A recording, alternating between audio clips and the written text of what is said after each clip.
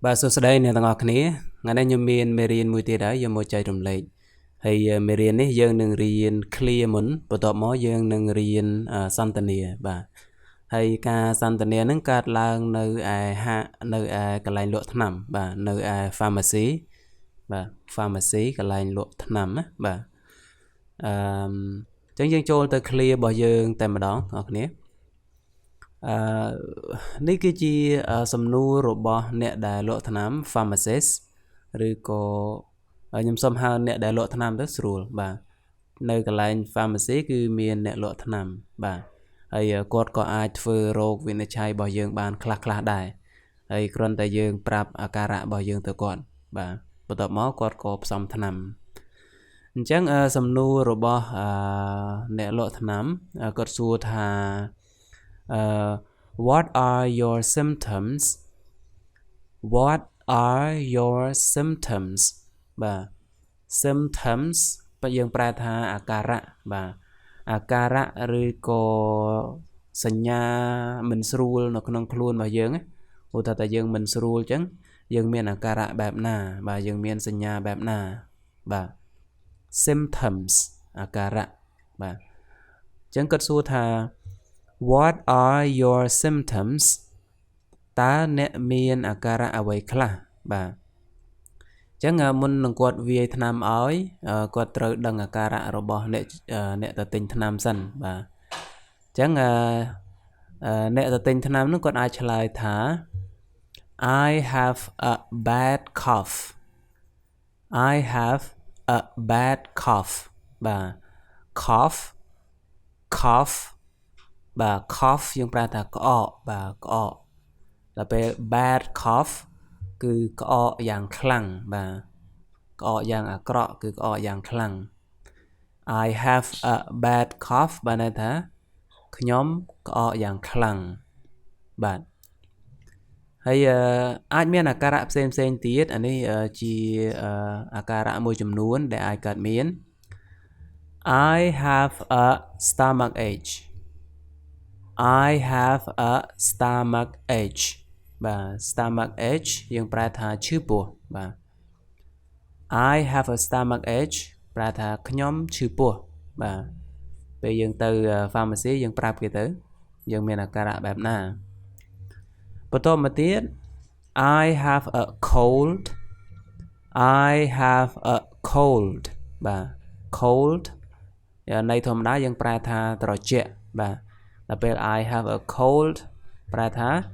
ខ្ញុំផ្ដាសាយបាទខ្ញុំផ្ដាសាយហៀសម្បោអញ្ចឹងទៅហើយបន្តមកទៀតយើងមាន I have a headache បាទបើសិនយើងឈឺក្បាលយើងប្រាប់គេទៅ I have a headache បាទប៉ុន្តែពេលយើងអានញាប់ទៅ headache បាទ I have a headache ខ្ញុំឈឺក្បាលបាទខ្ញុំឈឺក្បាល I have a fever បាទអានេះក៏ជាអាការៈដែរ I have a fever បានន័យថាគ្រុនក្តៅបាទគ្រុនក្តៅដល់ពេល I have a fever ខ្ញុំគ្រុនក្តៅបាទខ្ញុំមានគ្រុនក្តៅអូខេ I have a flu I have a flu បាទ flu ហ្នឹងគឺផ្ដាសាយធំណាបាទយើងផ្ដាសាយធំផ្ដាសាយហើយឈឺក្បាលហើយគ្រុនក្តៅទៀតអានេះយើងហៅថាផ្ដាសាយធំណា flu I have a flu ខ្ញុំផ្ដាសាយធំខ្ញុំមានផ្ដាសាយធំបាទហើយបើសិនជាយើងឈឺកបាទខ្ញុំឈឺកយើងអាចនិយាយថា I have a sore throat បាទ I have a sore throat បាទ sore នឹងប្រែថាឈឺបាទដល់ពេល throat យើងប្រែថាបំពង់កបាទ I have a sore throat ប្រែថាខ្ញុំឈឺបំពង់កបាទខ្ញុំឈឺបំពង់ក I have a temperature កន្លែងនេះ temperature បើយើងអានយឺត temperature បាទ temperature I have a temperature បាទ temperature យើងប្រែថាសីតុណ្ហភាពបាទសីតុណ្ហភាពហើយដល់ពេល I have a temperature យើងប្រែថាខ្ញុំក្តៅខ្លួនបាទមិនមែនប្រែថាខ្ញុំមានសីតុណ្ហភាពទេយើងអាចប្រែថាសីតុណ្ហភាពក៏បានយើងអាចប្រែថាខ្ញុំឡើងសីតុណ្ហភាពក្នុងខ្លួនបាទយើងអាចប្រាប់អញ្ចឹងក៏បានអញ្ចឹងបើយើងប្រែន័យស្រួលទៅគឺខ្ញុំក្តៅខ្លួនបាទ I have a temperature បាទអញ្ចឹង clear ទាំងនេះគឺជាអាការៈមួយចំនួនមុនពេលដែលយើងទៅទិញថ្នាំអីយើងអាចប្រាប់ពីរោគសញ្ញាពីសញ្ញាពីអាការៈអញ្ចឹងយើងចូលទៅការសន្ទនាតែម្ដងបាទហើយប្រយោគនៅក្នុងពណ៌លឿងគឺជាពាក្យសម្ដីរបស់អ្នកលក់ថ្នាំរបស់ pharmacist ពណ៌សគឺជាអ្វីដែលអ្នកជំងឺអ្វីដែលអ្នកទៅទិញថ្នាំគាត់និយាយបាទហើយពណ៌ខ្មៅហ្នឹងគឺជាការបកប្រែជាភាសាខ្មែរបាទអញ្ចឹងយើងមើលទាំងអស់គ្នាអញ្ចឹង pharmacist A ហ្នឹងជាអ្នកលក់ថ្នាំគាត់សួរថាគាត់និយាយថា Good afternoon how can I help you Good afternoon how can I help you Good afternoon how can I help you បាទអញ្ចឹងប្រែថា Good afternoon ប្រែថាអរុណសួស្តីបាទ How can I help you តើខ្ញុំអាចជួយអ្នកដោយរបៀបណាបើយើងនិយាយស្រួលទៅថាតើអ្នកត្រូវការអ្វីត្រូវការអីបាទ I'm not feeling very well I'm not feeling very well បាទអញ្ចឹង I'm not feeling very well យើងប្រែថាខ្ញុំមិនសូវស្រួលខ្លួនទេខ្ញុំមិនស្រួលខ្លួនទេបាទ feeling very well នឹងស្រួលខ្លួនបាទដល់ពេល not feeling very well ហ្នឹងគឺមិនស្រួលខ្លួនបាទអញ្ចឹងអ្នកលក់ថ្នាំគាត់សួរWhat are your symptoms What are your symptoms បាទ symptom អាការៈតើអ្នកមានអាការៈអ្វីខ្លះបាទគាត់សួរពីអាការៈ I have a bad cough I have a bad cough បាទខ្ញុំមានការក្អកខ្លាំងបាទខ្ញុំក្អកខ្លាំងបាទDo you have a temperature Do you have a temperature តើអ្នកមានឡើងសីតុណ្ហភាពក្នុងខ្លួនទេឬក៏តើអ្នកមានក្តៅខ្លួនទេអូខេអញ្ចឹងយើងបន្តទៀតអធិស្ឋានមិញខ្ញុំលៃរវល់បន្តិចអញ្ចឹងសំណួរដល់ Do you have a temperature តើអ្នកមានក្តៅខ្លួនទេតើអ្នកមានឡើងសីតុណ្ហភាពទេ No I don't No I don't អត់ទេខ្ញុំអត់ទេអត់មានឡើងក្តៅខ្លួនទេអញ្ចឹងគាត់សួរបន្តទៀតថា Are you allergic to any medicine Are you allergic to any medicine បាទ allergic ហ្នឹងគឺ allergy ណា allergic to ហ្នឹងគឺយើងប្រែថា allergy ឬក៏ប្រតិកម្ម Are you allergic to any medicine យើងប្រែថាតើអ្នកមាន allergy ជាមួយថ្នាំអីផ្សេងទេអញ្ចឹងមុននឹងគាត់វាយថ្នាំផ្សំថ្នាំឲ្យអ្នកជំងឺគាត់សួរអ្នកជំងឺសិនថាអ្នកជំងឺមាន allergy ឬក៏មានប្រតិកម្មជាមួយថ្នាំអីអត់ជៀសវាងគាត់ឲ្យថ្នាំទៅប៉ះថ្នាំដែលគាត់ប្រតិកម្មដែលគាត់ allergy ហ្នឹងបាទ Are you allergic to any medicine អញ្ចឹងអ្នកជំងឺគាត់ឆ្លើយវិញថា No I don't think so No I don't think so yeah No I don't think so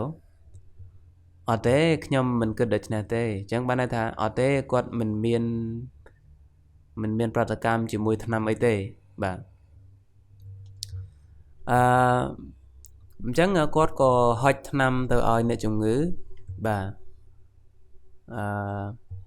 អ្នកលក់ថ្នាំគាត់ហុចថ្នាំទៅឲ្យអ្នកជំងឺហើយគាត់និយាយថា take this medicine it'll make you feel better take this medicine it'll make you feel better បាទ take នឹងលេបណាបាទមិនមែនយកទេគឺលេប take medicine យើងប្រើចំពោះថ្នាំយើងប្រើថាលេប take this medicine បានន័យថាលេបថ្នាំនេះទៅបាទ it will make you feel better បាទវានឹងធ្វើឲ្យអ្នកមានអារម្មណ៍ធូរស្រាលបាទធូរស្រាលវានឹងធ្វើឲ្យអ្នកមានអារម្មណ៍ធូរស្រាលឬក៏មានអារម្មណ៍ថាជាមកវិញបាទជាឡើងវិញចឹងអ្នកជំងឺគាត់ក៏បន្តទៀតគាត់សួរhow much do I have to take how much do I have to take បាទ how much do I have to take ថាតើខ្ញុំត្រូវលេបប៉ុន្មានបាទចឹងគាត់បានថ្នាំមកហើយប៉ុន្តែគាត់អត់ដឹងថាត្រូវលេបប៉ុន្មានទេចឹងគាត់សួរហើយអ្នកលក់ថ្នាំគាត់ក៏ឆ្លើយបន្តគាត់ថា10 milliliter ml នឹង milliliter បាទ10 milliliter every 6 hours 10 milliliter every 6 hours បាទអញ្ចឹងបានន័យថា10 milliliter រៀងរាល់6ម៉ោងបាទ10 milliliter រៀងរាល់6ម៉ោងអញ្ចឹងបានន័យថា6ម៉ោងឧទាហរណ៍យើងញ៉ាំពេលព្រឹកអញ្ចឹងញ៉ាំហើយទៅ6ម៉ោងក្រោយញ៉ាំទៀត6ម៉ោងក្រោយញ៉ាំទៀតបាទអញ្ចឹងគេញ៉ាំរបៀបអញ្ចឹងបាទអញ្ចឹងពេលញ៉ាំម្ដងគឺតែ10 ml ទេបាទ10 ml 10 ml អញ្ចឹង10 ml every 6 hour 10 ml រៀងរាល់6ម៉ោងម្ដងហើយគាត់ស្ដាប់អត់សូវច្បាស់គាត់ក៏សួរបញ្ជាក់ sorry how often sorry how often បាទ sorry ប្រែថាសុំទោសឬក៏ប្រែថាម៉េចសុំនិយាយម្ដងទៀតបាទ sorry ណាបាទពេលគេនិយាយយើងស្ដាប់អត់បានយើងថា sorry បាទថាម៉េចសុំទោសសុំនិយាយម្ដងទៀតយើងចង់មានអញ្ចឹងណាបាទ how often បាទ how often ញឹកញាប់ប៉ុណ្ណាបាទ how often ញឹកញាប់ប៉ុណ្ណាបាទ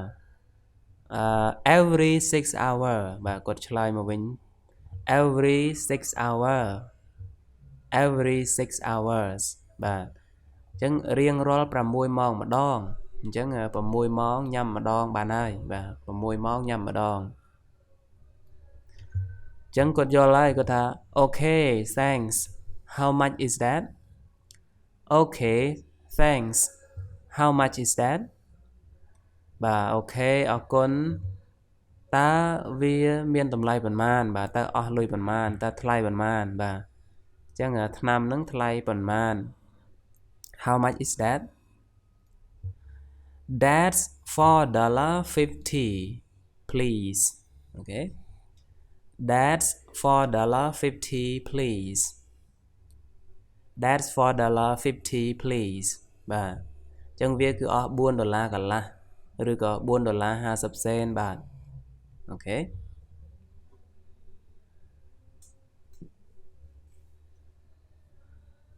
បាទអញ្ចឹងការសន្ទនាគឺមានប៉ុណ្ណឹងវា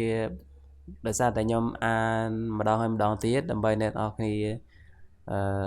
ងាយតាមហើយបកប្រែផងអីផងអញ្ចឹងវាហាក់បីដូចជារៀងយូរការពិតការសន្ទនាហ្នឹងកាត់ឡើងតែមួយផ្លេតទេបាទមួយផ្លេតទេអញ្ចឹងយើងនឹងរៀនទាំងអស់គ្នានៅ slide បន្ទាប់តោះនេះខ្ញុំចង់ឲ្យអ្នកទាំងអស់គ្នារៀនអានឲ្យរៀងចាំបន្តិចហើយចាំយើងរៀនបំពេញចម្លោះបាទបំពេញចន្លោះបាទអញ្ចឹងឧទាហរណ៍បើយើងមានដៃគូស្រួលអនុវត្តបាទអញ្ចឹង good afternoon how can I help you I'm not feeling កន្លែងនេះពេញអីគេពេញមក I'm not feeling what are your symptoms I a bad cough អានេះអីគេពាក្យអីគេពេញមក Do you have a temperature No I don't Are you to any medicine bên bịa kế cái này no I don't think so take this medicine it will you feel better cái này bên bịa kế how much do I have to take 10 milliliter every 6 cái này bịa kế sorry how often every 6 hours okay thanks how much is that that's $4.50 please okay chẳng khơi gì đợt bây giờ dương thưa ca san tần đi maintain tới cứ clay và ca san nén nó cứ clay đó ok chẳng riêng bập bình bịa luôn anh mới phơi chỉ cùng tầm mờ khang cõi phơi chỉ bập bình sẽ mờ tại dương chăm an bần à bà chẳng nhâm và hai trong lại nó kia tầm đó bà nè cái chỉ trong lại bà chẳng